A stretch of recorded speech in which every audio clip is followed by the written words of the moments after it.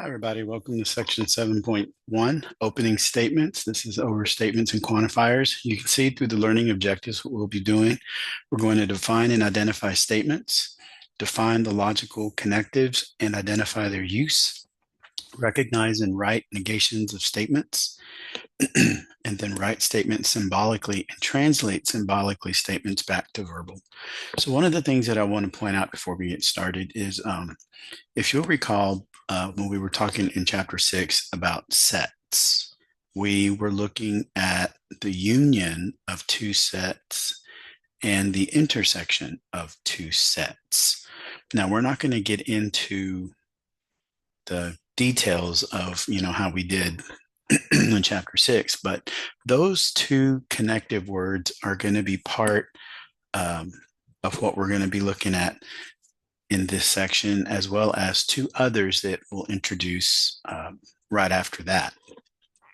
So I want you to keep in mind that a lot of what we do go back and refer to sets. Sometimes we're going to be drawing Venn diagrams to help us better understand what some of these statements mean. Okay, so just keep that in the back of your mind. Okay, so first we're going to talk about what is a statement. So we've got 5 different types of sentences that classify as our statement. So the first one is a factual statement, and a factual statement would be something like, I am an introvert. That's a fact, and I really am an introvert. Okay. The second is a command. So a command is something that you would tell someone to do, such as be quiet.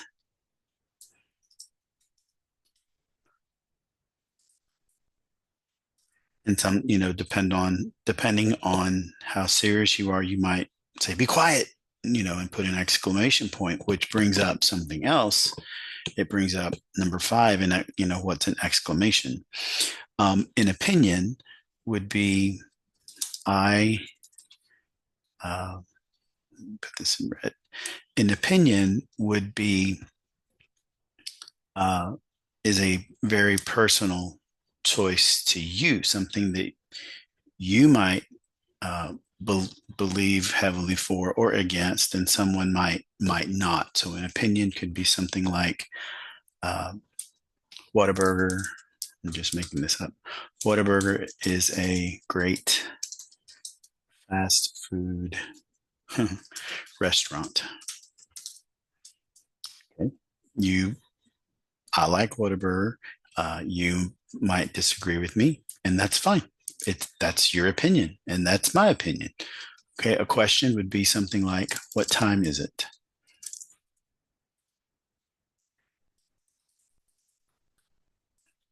And then an exclamation could be something like, wow, what a game. Now, depending on how you say that, it could be good or it could be bad, right? So, but again, you can see how the command and your exclamation could be either, depending upon how much emphasis you put behind whatever it is that you say. So on a test, if I had a statement and somebody put command and another person marked it as exclamation, I would accept either. Okay. So note, in the study of logic, we only use factual statements. So we're only going to be looking at these factual statements where we can assign a truth value. We have to be able to state whether something is true or something is false, but it cannot be both. So that's why these others kind of fall off the grid, because we can't assign a truth value. A command, there is no truth value. It's you're being told to do something, or you told somebody to do something. This is an opinion, what you like, no, somebody else might not like, or vice versa. A question requires an answer. So a question is not true or false, and neither is an exclamation. Okay, so our definition, we're going to have a statement This is our definition for statement. A statement is a declarative sentence that can be objectively determined to be either true or false, but not both. So when we look at example one, we're going to be identifying these statements, looking at these sentences, and we want to know, is this a statement? If it is it true or false? Let me put a comment in here. Is it true or false? And if it's not a statement, then what type of sentence is it? Okay, so we look at the first one. Where did you find those shoes? Well, that's obviously a question. So no, this is not a statement. Okay, so I cannot assign a truth value to this. So what type of sentence is this? Well, this is a question. Okay, moose are the largest members of the deer family. That is a statement, because I can either say, yes, they are, or no, they're not. And in this case, they are the largest member of the deer family. So that's true. Okay. And it is a sentence. It is a statement, excuse me. Uh, give me a cup of coffee and a glazed donut to go. Well, that's not a statement, right? There's no truth value to that. That's either going to be a command, again, depending upon how you say it. You could go in, I would like, or if you want to be nice, I'd like a cup of coffee and a glazed donut to go. That's a command. But if you go in mad, give me a cup of coffee and glazed donut to go. Well, then that would be more of an exclamation. But again, in this case, either one I would accept. So I would accept command or exclamation. Okay, either one.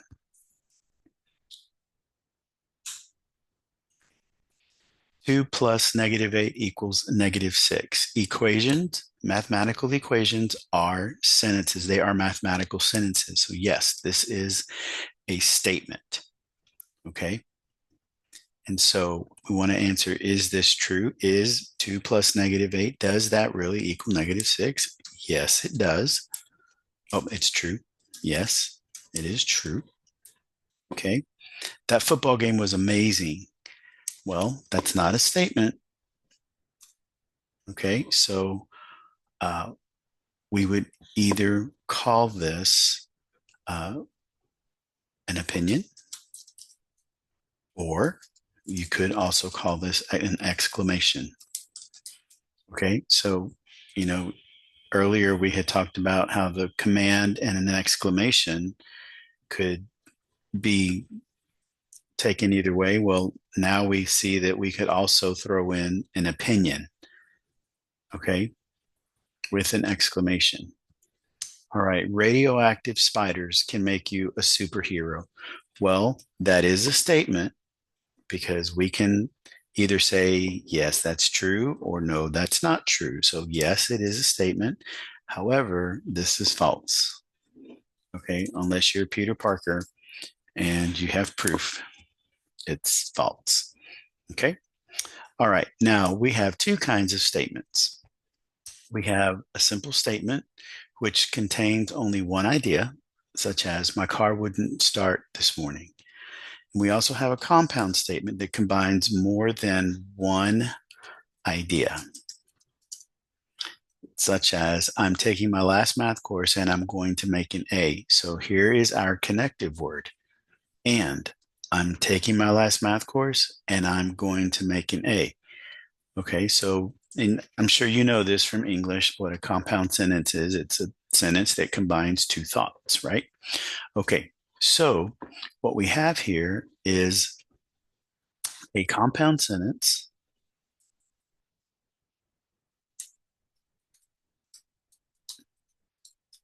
is a statement.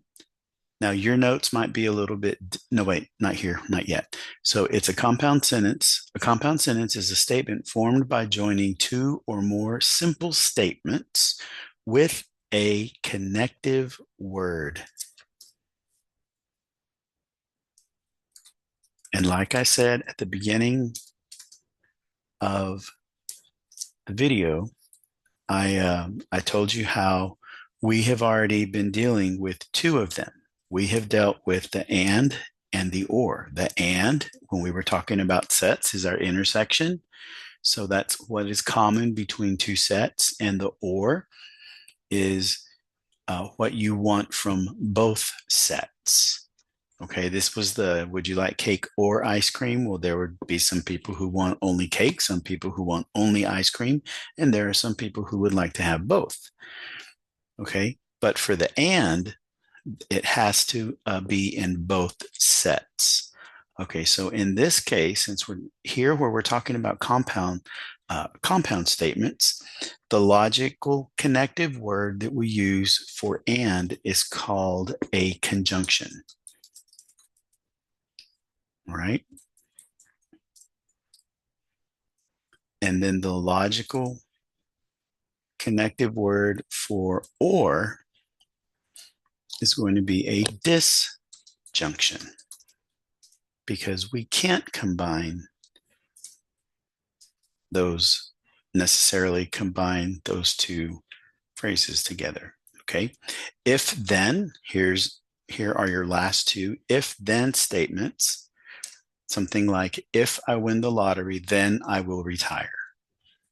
Okay. We call this a conditional connective.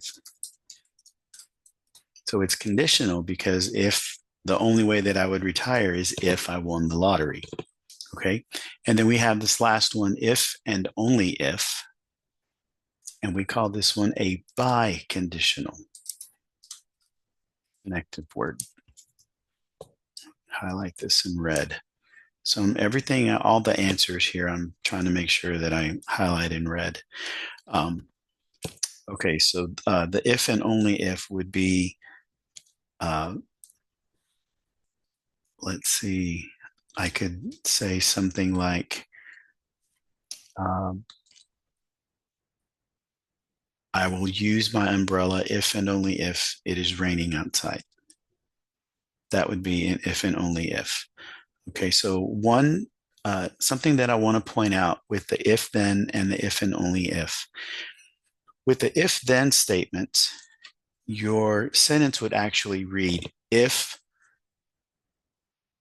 I win the lottery, then I will retire. So those two statements are going to follow the if and the then. For the if and only if, the biconditional, your two statements are going to be at the ends. I will retire if and only if I win the lottery. Okay. So make sure that you're careful about that. So the if then, your two statements are the first one will follow the if, the second one will follow the then. And for if and only if, they're going to be on the outsides. The if and only if part would be in the middle. Okay. All right, now to identify these connectives, I went ahead and just copied this down to the left. I gave you the and, which is a conjunction, the or is the disjunction, if and then is the conditional, and then if and only if is your biconditional. Okay, so we're going to look at these four sentences. It says, for each of the compound statements, identify the connective used as well as the two simple statements that it connects. So the first one, immigration reform and gun control are two controversial political issues. So as we look through here, we want to look to see, do we see these connective words and, or, if, then, if, and only if. And I see the word and, which means my connective word here is going to be the and. And the two statements that we are connecting are immigration control and gun control. I'm sorry, immigration reform, trying to combine those two together. Immigration reform and gun control. Those are the two statements. Okay, so now let's look at B. And let me go ahead and highlight. This is what tells us. what our connective word is. If a politician makes a strong statement on immigration, then she risks alienating many voters. So we start off with the if, and then here's our statement. A politician makes a strong statement on immigration. Then, and then it follows that we're going to have our second statement. She risks alienating many voters. Okay, so this is going to be the if, then. All right, and the two statements that are being connected here is statement on immigration, and the other one is going to be alienating voters. All right. Okay, let's look at C. Louisa said she'll vote to reelect her senator if and only if he advocates for restrictions on assault weapons. So here is our connective, if and only if.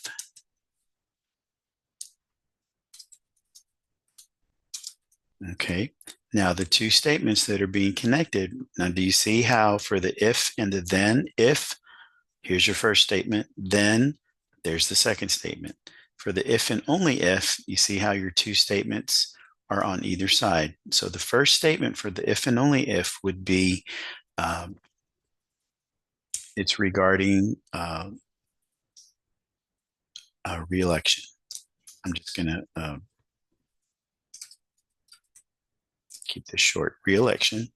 The second statement is regarding restrictions on assault weapons.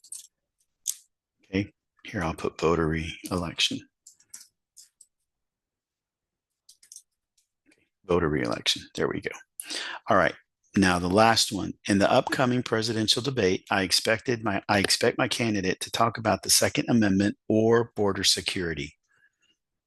And so here is your connective word, or. And then the two statements that are being connected are, whoops, how did that happen? Second Amendment. And the second one is border security. So it's not difficult, but you just have to keep your eye out for those phrases. Now, something I do want to point out, in standard usage, the word then is often omitted from a conditional statement. So instead of, if it snows, then I will go skiing, we would probably say something like, if it snows, I'll go skiing. And we just don't say the word then. Sometimes you do, sometimes you don't. And that's up to you. Now, the tricky part would be that if you see the word if, and then you're looking for the then so that you can see, well, where is the second statement starting? Then, that I can see how that might slow you down a little bit. So be very careful and always be on the lookout for, punctuation. That's going to be key here. All right, so example 3, classify each statement as simple or compound. If it is a compound statement, then state the name of the connective used. Okay. Now, side note, did you notice that in that last sentence that I just read, if it is a compound statement, state the name of the connective used? Do you see how I did not use the word then? But it's implied. If it is a compound statement, then state the name of the connective used. Okay. All right. So first, we're going to classify it as a simple or a compound statement. Now, remember, a simple statement is one idea. A compound is two or more. So our school's mascot is a raven. Well, that's one idea. So that's simple. And that's all we have to say about that. Okay. B, if you register for Wi-Fi service, you will get 3 days of free service. So I see the word if. So if you register for Wi-Fi service, then you will get 3 days of free service. Okay, so this is going to be a compound statement. And this is what type of statement, since it's compound, what type of statement, what's the connective word that we are, or I'm sorry, did we say the connective word?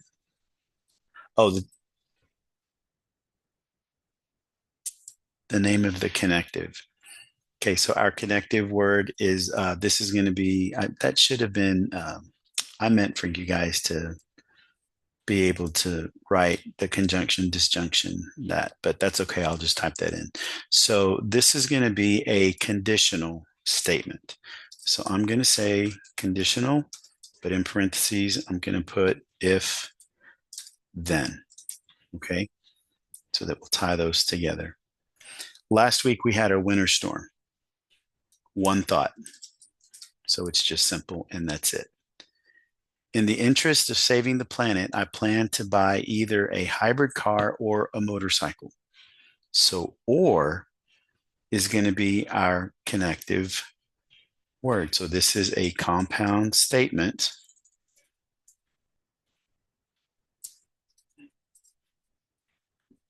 And this will be a disjunction. Disjunctions use the word or. E, Porsche now makes coupes and sedans. So I see the word and. So that tells me I have another compound statement.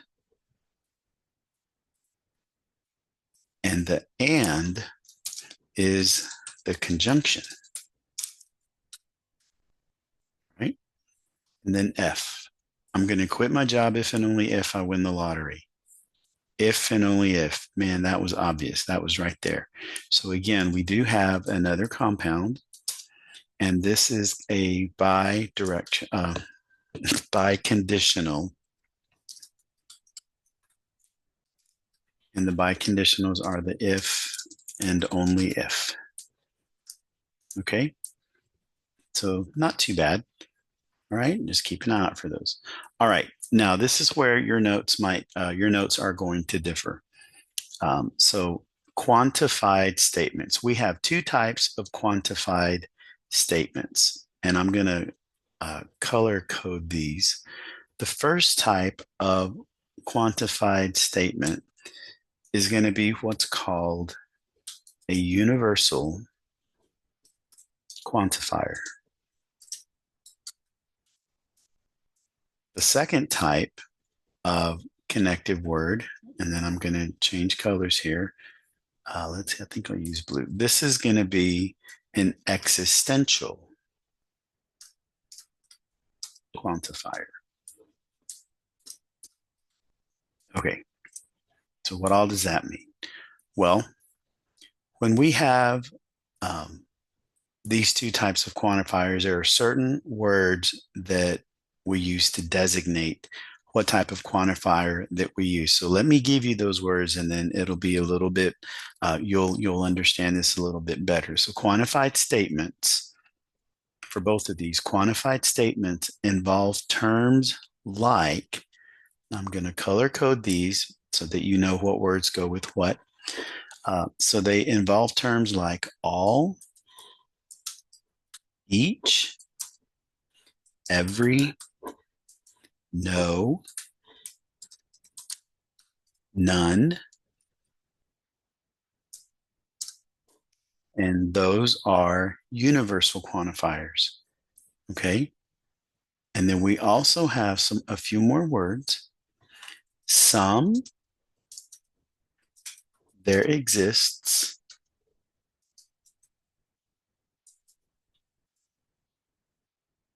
and let me go back to blue, and then one more, at least one. All right. So now when you look at these, the universal quantifiers Well, let's go ahead and read this next part. So notice that the first five refer to including or excluding all members of some sets. So all, each, every, no, none. So it's literally all or nothing. Okay. And then the last three describe that some things have certain characteristics, but don't claim that everything does. Something like, uh, we can't make the type of sentence such as, everybody loves coffee. Well, that's not true. Not everybody loves coffee. Some people like coffee. And we could also say some people do not like coffee, depending upon where we're going with this. Okay, so one would be using the existential quantifier if I said some people like coffee. And if I said some people do not like coffee, well, then that would be a negation, which we're going to get to in a minute. Okay, so again, keep that in mind. All, each, every, no, and none all mean that, well, all, each, and every mean the same thing. No and none mean the same thing. And then all three of these mean the same thing. Okay. So color code makes a big difference. All right. So now, for the following examples, indicate which type of quantified statement it is. So A, some people who are Miami Hurricane fans are also Miami Dolphin fans. So we're looking for these key words. So some. So that's the existential quantifier, and I'm going to cheat, guys. If you're typing this along with me, well, you can cheat too. Okay. All right, let's look at the next one. Oops.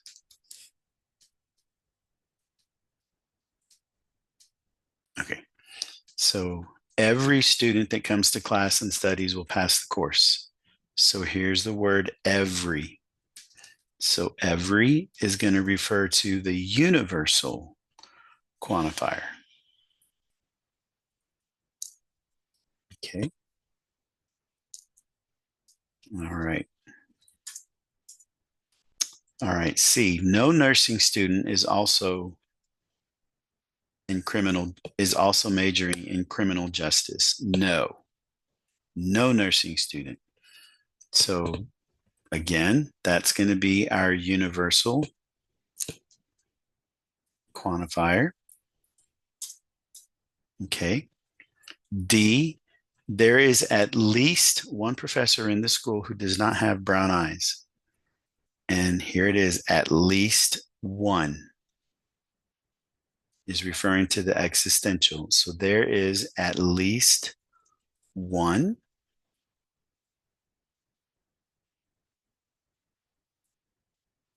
That is our existential quantifier. Okay. And then when we negate these, that'll be fun. All right. So the definition, the negation of a statement is a corresponding statement with the opposite truth value. If the original statement is true, the negation is false. If the original statement is false, the negation is true. Simple, right? Okay, so here's what we're going to do. So state the true value. This should say the truth value. State the truth value of the original statement, and then we're going to write the negation. Spring break is the week of March 16th to March 21st. That's true. All right. Now we're going to negate this. And sometimes it's as simple as using the word not. Okay. So the negation of this would be spring break is not the week of March 16th to March 21st.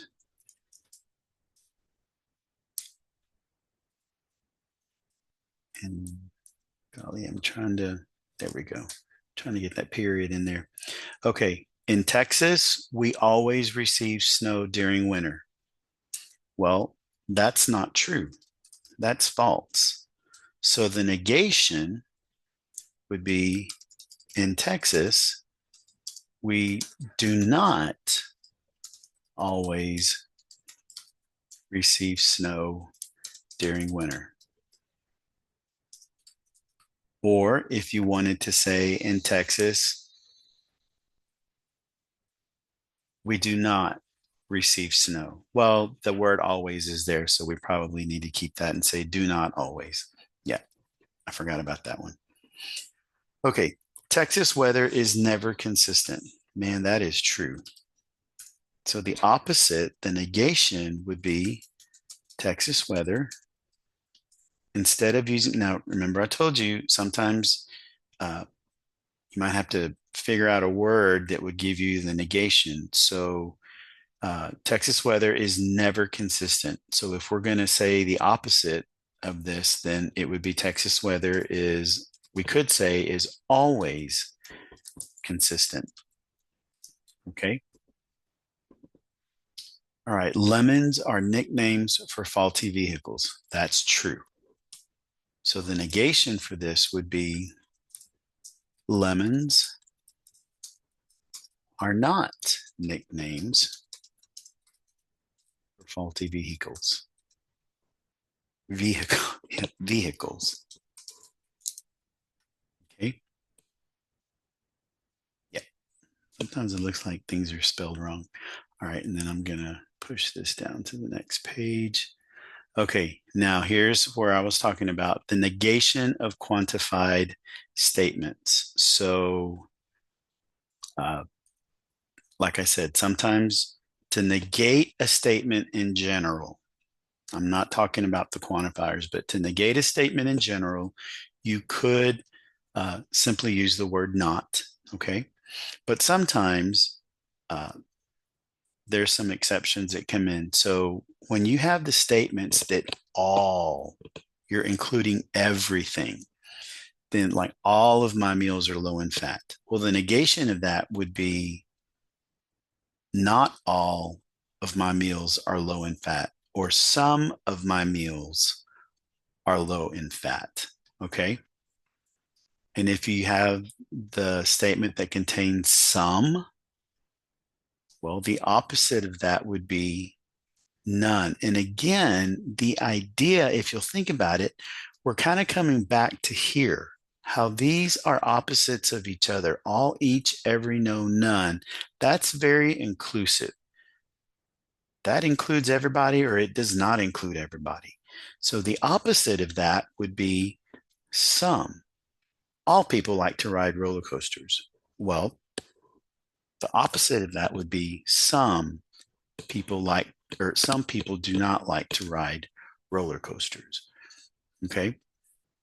And then when you have some do not, then the negation, you could use something like all do.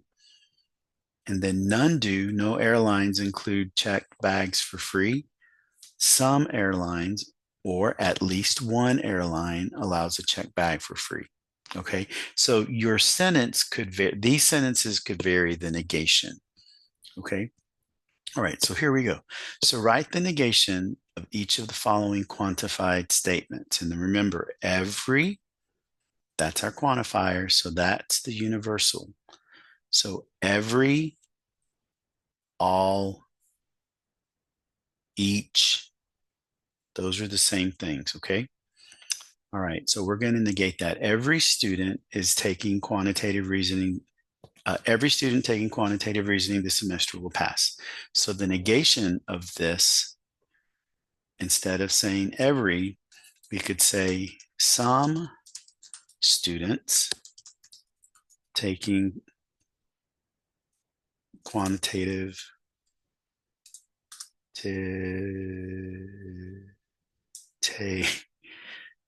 I know it's right up above. Some students taking quantitative reasoning this semester will not pass. Okay. All right.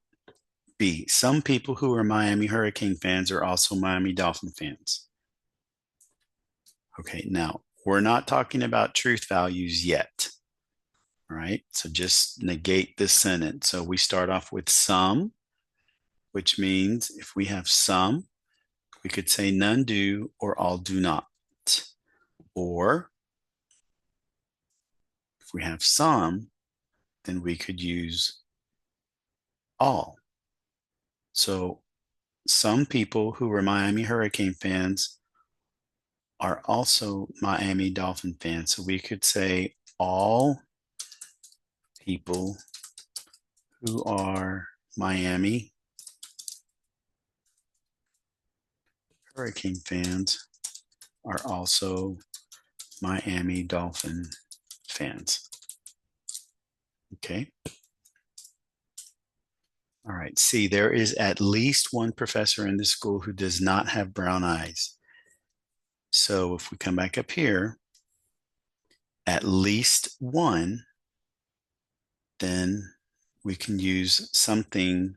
We could use these quantifiers. Okay. So the negation, there is at least one professor in this school who does not have brown eyes. So the negation would be no, because if they're saying some, then it's the opposite would be none. So no professor at this school, no professor at the school has brown eyes. Okay. All right. That's how those work. Okay. Now, so we have talked about the connective words and their names. So the connective word and is called the conjunction. The connective word or is called a disjunction. Our if then connective is a conditional. The if and only if is a biconditional. Now, these words have symbols. Now, if you'll remember, and the intersection, the symbol for the intersection looks like an upside down N or an upside down U, kind of, but like an N. So it opens down. Well, notice the symbol, it opens down. And then for or, that the union, well, that looks like a U, so it opens up. And notice that in this case, we're consistent with that. It opens up. If then the conditional only applies in one direction. If I win the lottery, then I will retire. Okay. So that's the conditional. And then the if and only if is biconditional. And notice our symbol, it has to work both ways. Now, for the if and only if, remember, like I said earlier, you might have to reword some things at the beginning. So let me come back to the example that we were looking at. It had to do with this one, this statement. Louisa said she'll vote to reelect her senator if and only if he advocates for restrictions on all assault weapons. So we could say if the senator advocates restrictions on all, or the senator will advocate for restrictions on assault weapons if and only if he is reelected. So that's saying the same thing frontwards and backwards. So Louisa is saying she'll vote to reelect her senator if and only if he advocates for restrictions. And I can say the senator will advocate for restrictions if and only if he's reelected. Okay, so those two sentences are saying the same thing. So the biconditional has to work both ways, but the conditional only works one way. All right. Now, the symbol, and this is called the tilde, and it is usually the button underneath it's at the top to the right of the number 1 key on your keyboard. You have to use shift to get to it. It's called a tilde, T-I-L-D-E. And when you put it in front of a letter, it just means not. So that's the opposite. Okay.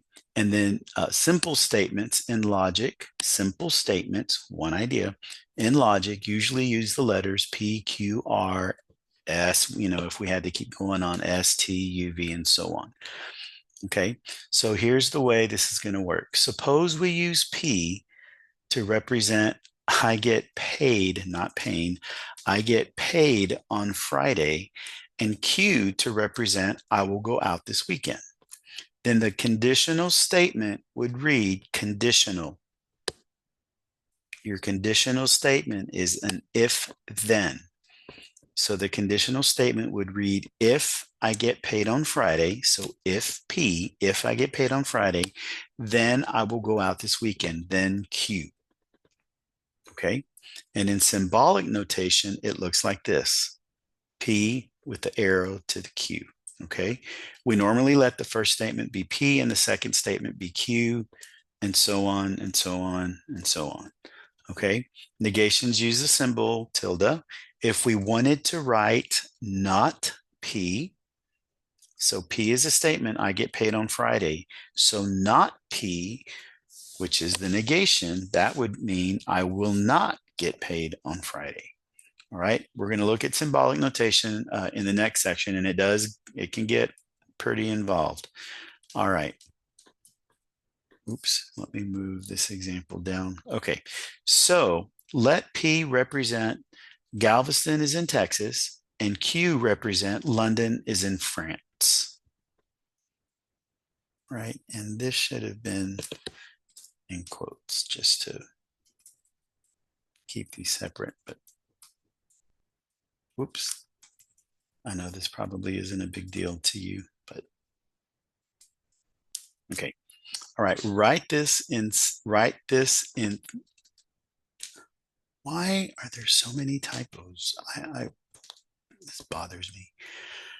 Write this sentence in conditional connective form as well as, actually, no, let's not do conditional because we already had an example in condition. Write this sentence in conjunction form as well as symbolic notation. Conjunction. So what is a conjunction? Well, conjunction uses the connective word and then for symbolic notation, we're going to use the upside down V. So in sentence form, my sentence would read,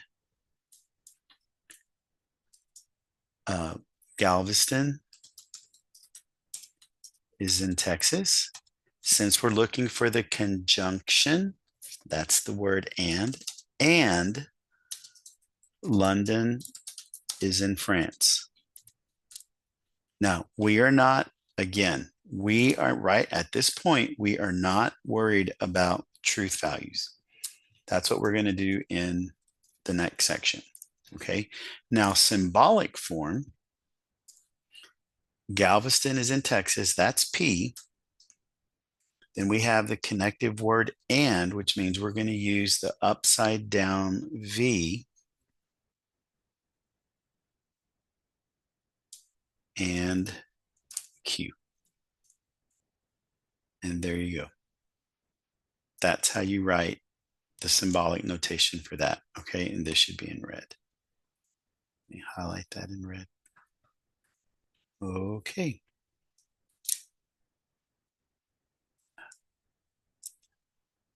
Well, I don't know why that does that. That looks really large. Shouldn't be that big. Anyways, okay. So let's see how you do on these. So example 7, let P be the statement, it is raining, and let Q be the statement, I will go on a hike. Write the correct symbolic notation for each of the following. All right, so I'm going to pause the video and I want you to try these on your own. So I'm going to pause the video in 3, 2, 1. Okay. Now, I will not go on a hike. Well, that's Q, but it's Q is I will go on a hike. So if this is I will not go on a hike, then that means not Q. All right. Now the next one, it is raining and I will go on a hike. So it is raining, that's P. And I'll have to do it after I get done typing. So it is raining and that's the upside down V. I will go on a hike. That's Q, right? That's what you should have gotten for part B. All right. Now for C, it is not raining, which means that's not P. And so I'm going to copy and paste. And I will not go on a hike, which is not Q.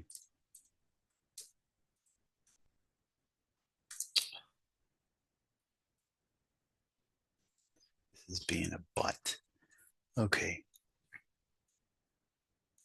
Oops, I passed it up, didn't I? Right there. And I will not. All right. And all of this needs to be in red. All right. Now, if it is raining, then I will go on. If it is raining, then I will not go on a hike. So this is an if then. This is a conditional statement. So if then is where we use the arrow. It's P with the arrow to Q. Well, in this case, it would be not Q. Okay, so P, if it is raining, then I will not go on a hike. Okay, that's what that looks like. All right, so that's symbolic notation. Okay, not too bad. So just be careful with it. All right, now here, we're going to have the statements. If P is I travel to Houston and Q is Houston is in Texas, write the following in statement form given the symbols below. All right, so again, I want you to pause the video and try this on your own. So I'm going to pause the video in 3, 2, 1. Okay, so here we go. So for the first one, P and Q, that's just I travel to Houston and Houston is in Texas. And that's it. Okay. Now the second one is P or Q. This is a disjunction. Okay. So all we're going to do is use or in the middle. I travel to Houston or Houston is in Texas. And I know some of these sentences are just kind of weird, but the idea behind here is we're trying to get you used to just writing the sentence using the notation and vice versa. All right, P to Q, this is the conditional. If P, then Q, then I need to use those words, right? So if, now remember, this is the one where we don't have to use the word then if we don't want. But for right now, I am. If I travel to Houston, comma, then Houston is in Texas. Okay. All right. Then D is your biconditional. It's the if and only if. So P, if and only if Q, which means, and this is where I said you might have to kind of reword some things because we don't want to use if because we're going to have to use if and only if in the middle. So we could say, I will travel to Houston if and only if Houston is in Texas. So I had to make a very small adjustment. Okay. All right. Now I want you to try this last example and see how you do. So I'm going to pause the video in 3, 2, 1. Okay. So here we go. P, I own a car, and Q, I own a Ford pickup truck. So write the following in statement form given the symbols below. P and Q. I own a car and I own a Ford pickup truck. Okay, now we have B is, so A is the conjunction. B is going to be the disjunction. So this is the or.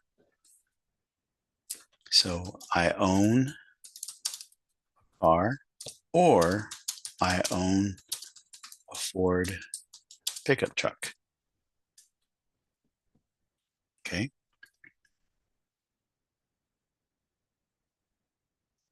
Yep. All right. Now C, this is our conditional. If P, then Q.